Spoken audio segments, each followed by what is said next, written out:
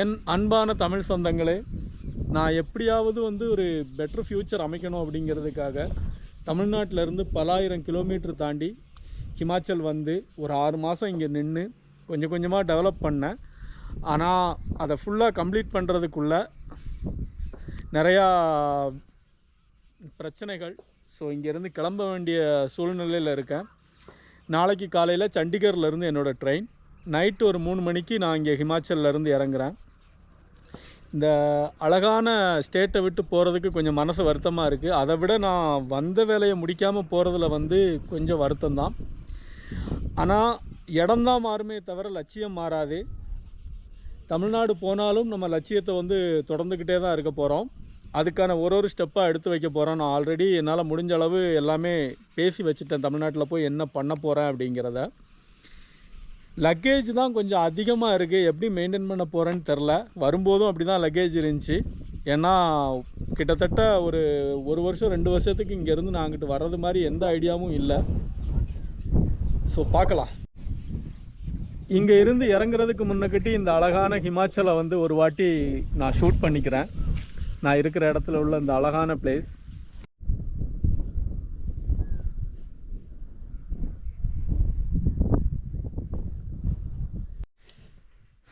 அப்படி நம்ம லக்கேஜ் எல்லாம் பேக் பண்ணியாச்சு.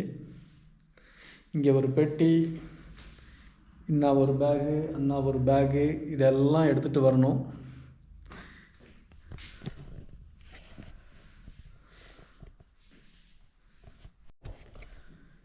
மார்னிங் சண்டிகர்லேருந்து போகிறதுனால நாம் இப்போவே கிளம்புறோம். நம்ம ஃப்ரெண்டு கார் கொண்டு வந்திருக்காப்புல, லக்கேஜ் எல்லாம் அதில் ஏற்ற போகிறோம். இப்போவே கிளம்புறோம். ஒரு 9-10 ஆகும்போது சண்டிகர் போயிடுவோம். அங்கே ஃப்ரெண்டோட ரூம் இருக்குது, அங்கே ஸ்டே பண்ணிவிட்டு மார்னிங் ட்ரெயினை பிடிக்கிறோம்.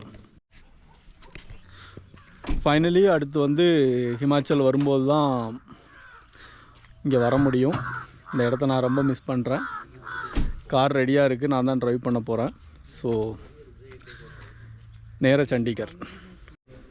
ஃபைனலி நாம் பஞ்சாப் வந்துட்டோம். சண்டிகர் இங்கேருந்து நாளை காலையில் 8 மணிக்கு ட்ரெயின். ஹிமாச்சல்லேருந்து எனக்கு எவ்வளோ நேரம் ஆச்சு அப்படின்னா, நாங்கள் காரில் தான் வந்தோம். கிட்டத்தட்ட 3 மணி நேரம் ட்ரைவ் பண்ணி இங்கே வந்திருக்கோம். இங்கேருந்து நாளைக்கு கிளம்ப போகிறோம். ஒரு வழியாக ட்ரெயினை பிடிச்சாச்சு. ரொம்ப லேட் ஆகிடுச்சு. சண்டிகர்லேருந்து கிளம்பியாச்சு. லாஸ்ட் செகண்டில் பிடிச்சேன் ட்ரெயினை. Friend late பண்ணிட்டாப்புல.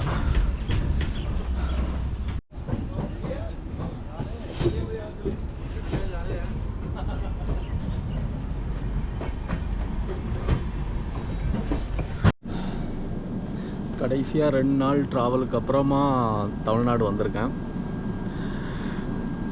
சாப்பாட்டுக்கு தான் ரொம்ப கஷ்டப்பட்டேன்.